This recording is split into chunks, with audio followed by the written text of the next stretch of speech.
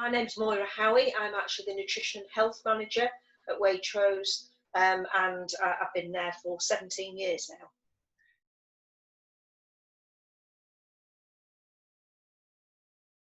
So I think there are lots of opportunities. Whether you do a food science degree and you come in through a traditional route like that, where you're doing technical application of your knowledge to help suppliers make product, whether you do something like home economist, where you might be looking to develop products. Other areas include quality and sensory, again, a really, really important area. You know, we all know as consumers that if you don't like a product, you won't buy it again. So that area is a really important area. There's areas like customer insight, which again gives you background into that. You might come into that through psychology or some other area like that, not a science as in a pure science. The things like communication, digital marketing, those areas are obviously pretty competitive because people like doing that sort of area. But there are big opportunities for young people to come into the industry like that.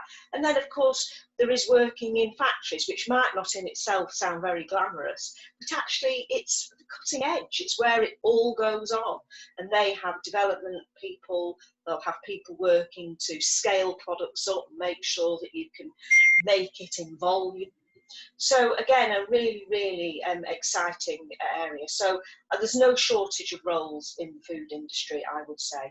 There is, don't limit yourself to think it's only one thing. There are many, many avenues to working in the food industry.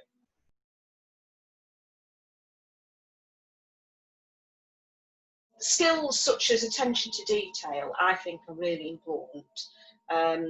But you need passion and enthusiasm for food. You won't survive if you haven't got that. And then I think you do need a certain amount of resilience. I mean, I think that's true of any industry, but it's as true in the food industry as anywhere else. You need to know that you might get knocked and you've got to do it again and do it again. So being able to pick yourself up and carry on is quite important. Having that enthusiasm and resilience to keep going, I think, is really important.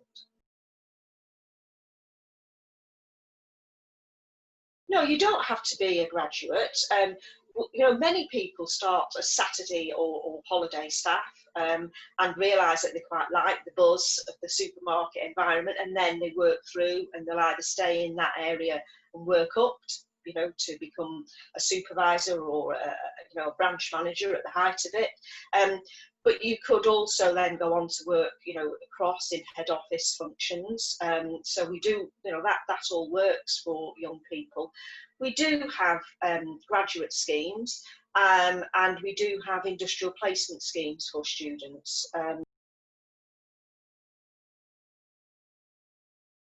Getting standout applications is really critical. I would be looking for somebody who shows a spark of interest around food, but you can tell by the words that they use, the sorts of, if they say that they've been influenced by somebody, those sorts of things are standout for me. I would also be looking for real attention to detail, so that they are thinking in your mindset, trying to sort of step into your shoes and thinking, well, what would she be looking for? I would always say to people, you will get knocked back. It's tough, it's hard, but don't give up. If this is what your real passion is, the more you expose yourself to being interviewed or applying for jobs, I wouldn't say it becomes easier, but you do get better at it, and you begin to really listen to the questions that are being asked of you, and then answering in a really good way, giving examples of something.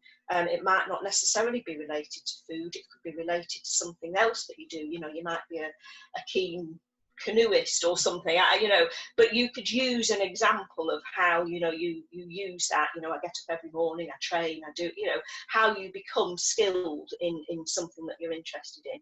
So don't think it has to relate entirely to the food area. You can use examples from other areas in your life to illustrate your passion and enthusiasm and what you would bring to a role.